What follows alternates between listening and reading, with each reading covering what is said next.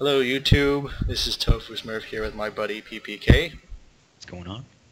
and we're just bringing to you guys 3 replays of the new American line, starting here with my T-21.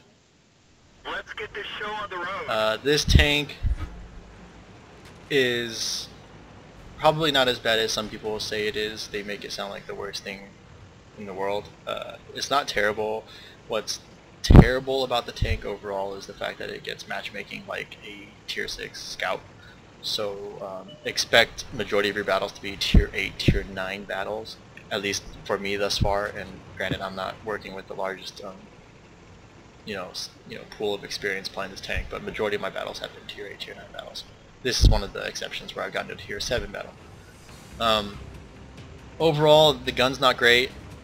It's not going to do a lot of damage, and it's really not going to pen anything from the front, as you will see here, although I do get lucky on one occasion.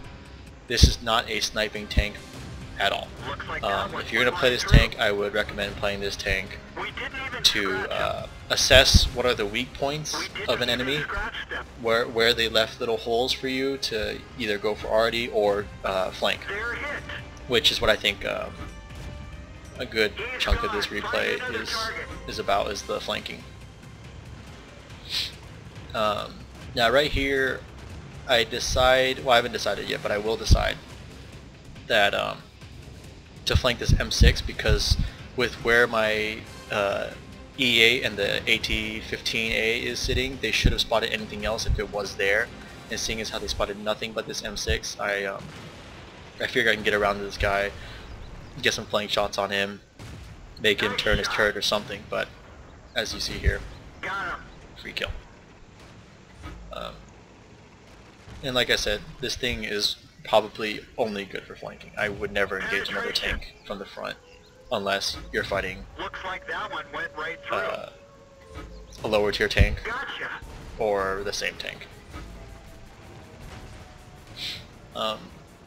This line, I mean not this line, but this tank for this line will probably make you not want to play the line, but it's really worth playing past when you guys see the other two replays. It really is. Yeah, it's pant wetting in the good way. Just for a little quick info, I am playing this tank right now with top everything except for tracks, so it's not moving as smoothly as it normally would, and I am playing with no equipment, so no gun lane drive or anything like that.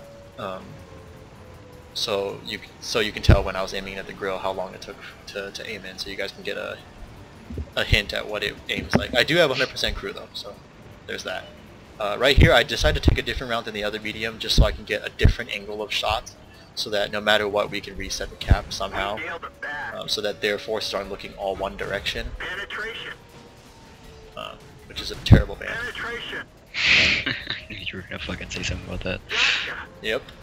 Now I took some shots from the Ram 2 just to get the PZ4 out of there. PZ4 was not fighting me, so I technically could have just pulled back and whatnot. Another aspect of cap resetting that everyone should consider, which I don't think they consider enough, is that if you don't have a better shot at another tank on cap, just getting one tank, even if it's the same tank that you've been resetting, off the cap will slow down that rate, and that helps also. That Jumbo probably should have killed me if he kept his front to me, but apparently he likes his side a lot better. And this PZ4, just no. This PZ4 just will not let me kill him. Oh man. Look at this. Look at this expert TD pivoting.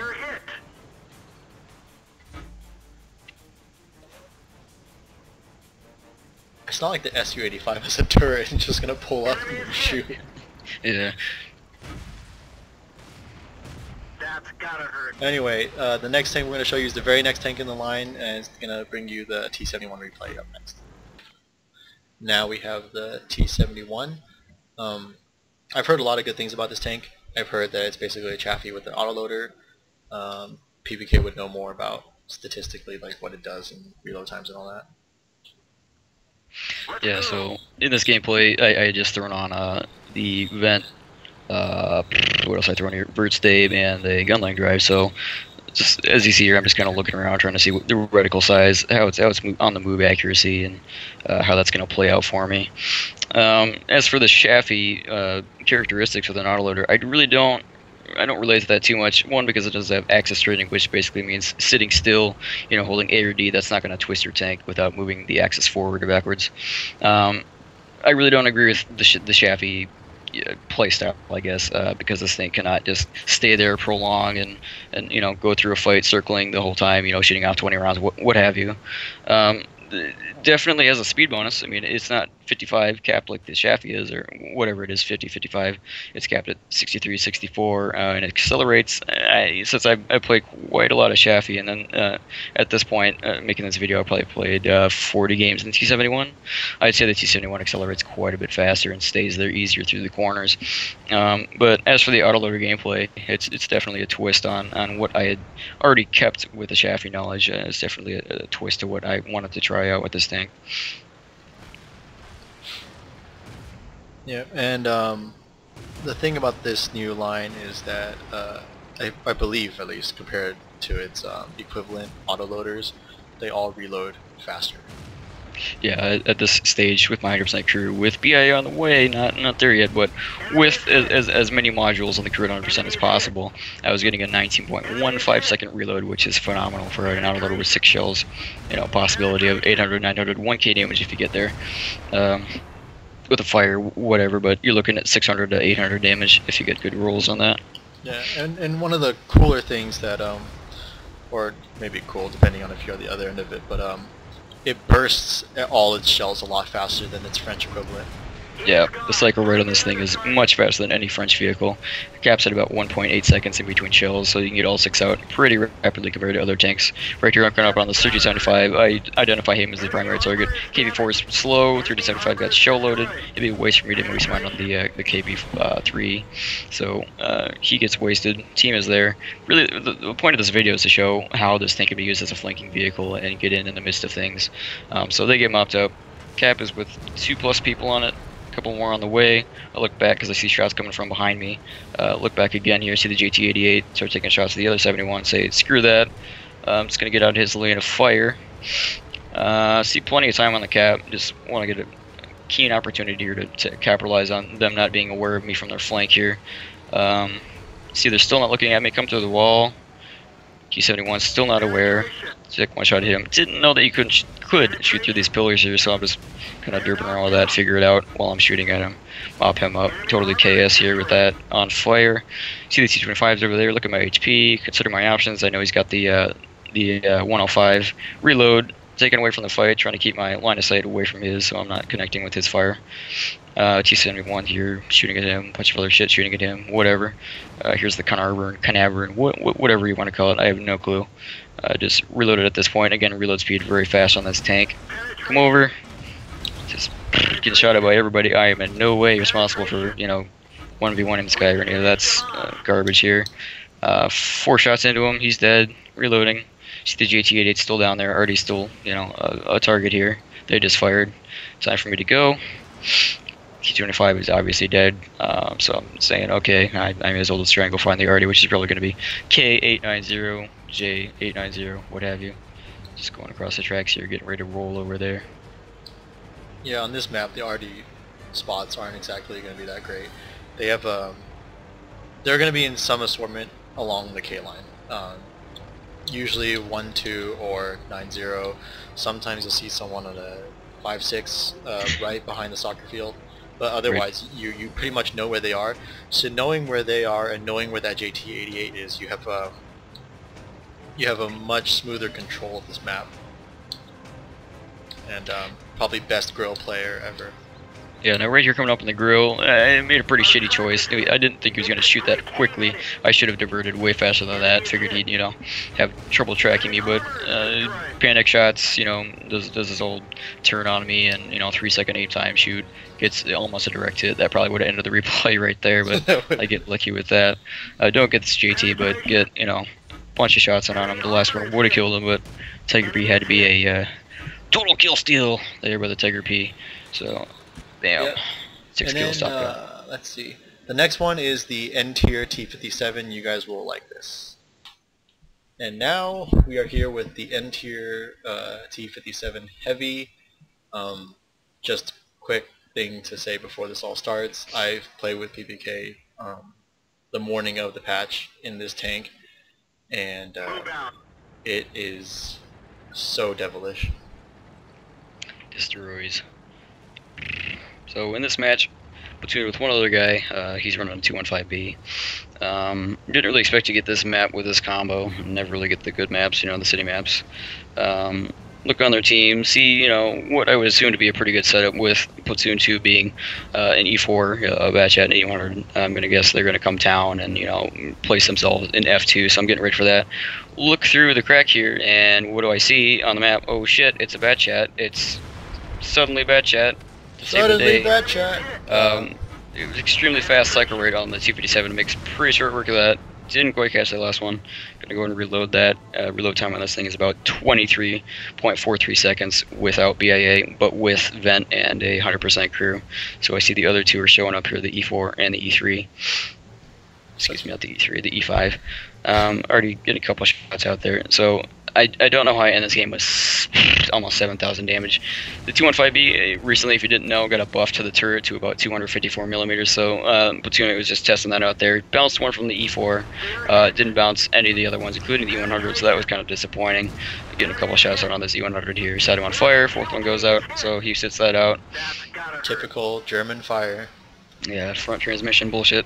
And there we go, platoon mate gets taken out by an E4 to the turret. So that's really more of a test than anything. That wasn't really him just being a, you know, a total dumbass. That was just a little bit of a test of the quote buff. I mean, I take that how you want it. So he's out, just sitting here reloading, which is done already. This thing has an extremely fast reload rate compared to the 50B. Just using that as a comparison because it's, you know, it's its closest relative in this tier as a heavy, as an auto-loading tank. So this is where things get boring. Sit here for a while. I mean, the reload will come to play in a bit. Like, I think in situations like this where you're safe, you know, it's whatever. Like, it's nice to have it loaded. I think where it comes into play is what they'll see in a second, where when you're in the thick of it, it really can save you or, you know, hurt them.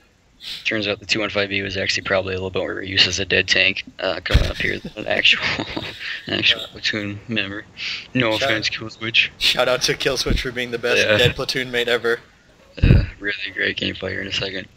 I'm just kind of taking it easy. I see our eastern flank in about E90 all the way up into their A line is just kind of, you know, going uncontested. All of their 10s, all of their large tanks are in the town here. Our T95 at the front is not taking too much damage yet. See this Easy 5 poke underneath the gun of my platoon mate, which is pretty convenient. The standard pen on these shells, not too great. Last shot goes to the side of the turret. If you see, I don't load that many regular shells. I found out pretty quick that this thing blows through the shells, and in Clan Wars the other night, I ran out immediately. I ran through 2 mags, cassettes, what have you, in about, you know, a minute and a half, and here we go. 95 is completely dead.